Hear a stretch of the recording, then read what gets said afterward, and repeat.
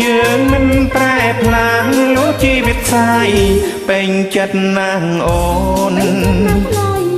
ពេញលោកសាយទាំងពីរអាត្មាចិន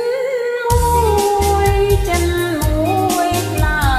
មួយកែវកុំព្រួយណាស្រីការរួចថ្មីសប្បាយចិន្តា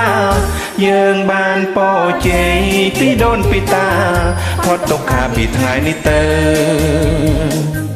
សម្បាយចិនណាស់សប្បាយឥតខ្លាក្រឡាទេបើ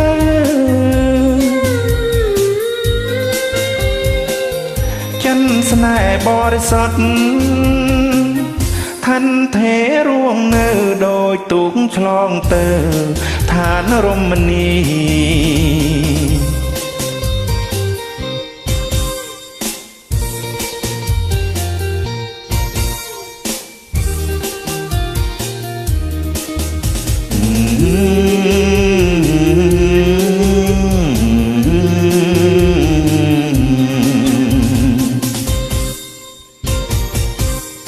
แสนสบา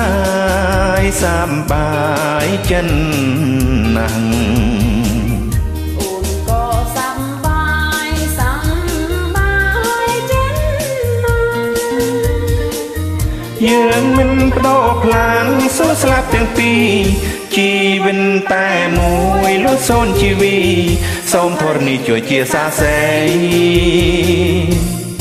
យើងស្មោះនឹងគ្នាមិនក្បត់ឡើយណាសូមអរទេវតាប្រទានពរជ័យយើងខ្ញុំទាំងពីរចិត្តស្នេហ៍ភក្តីគ្មានអ្វីបំបែកបានឡើយ